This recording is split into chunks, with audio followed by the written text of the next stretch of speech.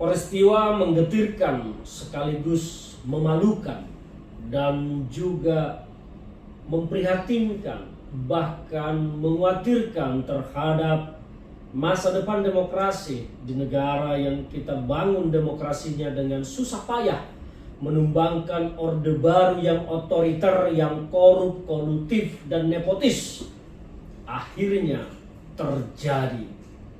Kita baru menyaksikan bagaimana abdesi perangkat-perangkat desa ini secara gamblang melakukan deklarasi dukungan terhadap salah satu pasangan capres-cawapres yang akan berlaga 2024 nanti, yaitu Prabowo Gibran, dua anak emas Pak Jokowi saat ini.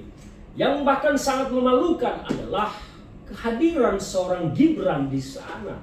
Seharusnya mereka sebagai calon presiden maupun calon wakil presiden memahami tentang undang-undang pemilu, bahwa undang-undang pemilu jelas-jelas melarang keterlibatan perangkat desa, ASN, dan segala macamnya itu dalam politik praktis. Mereka tidak boleh terlibat dukung-mendukung, bahkan hanya sekedar foto menimbulkan simbol-simbol tertentu saja terhadap dukungan capres-cawapres tidak bisa, dilarang oleh undang-undang.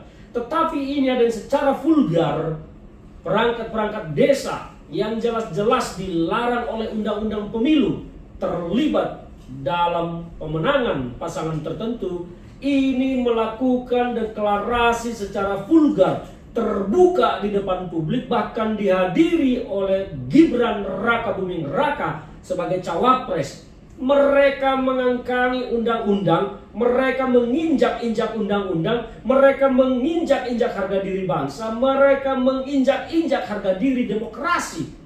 Mereka terlalu vulgar melakukan hal-hal yang tidak sepatutnya dilakukan. Bagaimana pasangan ini kelak akan bicara tentang penegakan hukum ketika mereka sendiri tidak menghargai hukum? Bagaimana mereka akan bicara tentang memperbaiki nasib bangsa, masa depan bangsa ke depan, ketika mereka tidak peduli dengan nasib bangsa yang sesungguhnya? Saya sangat prihatin menyaksikan apa yang terjadi ini.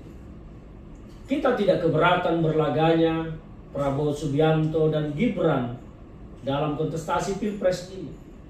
Tetapi kita keberatan ketika proses hukum yang melahirkan sebuah pasangan capres adalah hal yang bernuansa negatif, buruk, mengakali, mensiasati, dan memanipulasi hukum dan aturan. Ditambah lagi sekarang, mereka menginjak-injak undang-undang pemilu secara vulgar. Di mana posisi penegak hukum dalam pemilu kita? Bawaslu terkesan lunak, lembek, tidak melakukan apapun, padahal sanksi dari semua itu dalam undang-undang pemilu dinyatakan adalah pidana 1 tahun dan denda. Tapi sekarang terlihat bahwa kesannya Bawaslu seperti layangan putus atau layangan kekurangan angin, pengen naik tidak bisa karena angin tidak ada, seperti layangan putus melayang-layang begitu saja. Inikah negara yang akan dibentuk oleh pasangan Prabowo Gibran ke depan? Inikah negara yang akan dibentuk oleh dukungan Pak Jokowi ke depan? Saya prihatin dan sangat prihatin atas apa yang terjadi ini. Seharusnya kita semua berpesta demokrasi ini dengan adil, dengan jujur, dan dengan riang gembira dan demokratis. Tetapi demokrasi telah dikangkangi, demokrasi telah diinjak, hukum telah diinjak begitu saja. Hukum tidak dianggap. Bagaimana nasib kita ke depan jika demokrasi diperlakukan seperti ini? Jika hukum diperlakukan seperti ini? Apakah Prabowo Gibran justru akan menjadi bagian dari perusak tatanan hukum kita? Apakah Pak Jokowi akan mendukung perusak tatanan hukum kita? Saya menggugah hati dan nurani Pak Jokowi dalam hal ini. Menggugah hati dan nurani Pak Prabowo dan Gibran Rakabuming Raka. Kita berpesta demokrasi, menentukan pilihan kita masing-masing dengan cara yang baik dan benar, bukan dengan cara menginjak hukum, menginjak demokrasi, dan berlaku sesuka kalian saja. Ini negara milik kita semua, bukan hanya milik keluarga Pak Jokowi, atau hanya milik keluarga Cendana, atau hanya milik Prabowo Subianto. Banyak masyarakat di bawah ini yang tidak suka negara ini dirusak tatanan hukumnya, tatanan demokrasinya oleh siapa.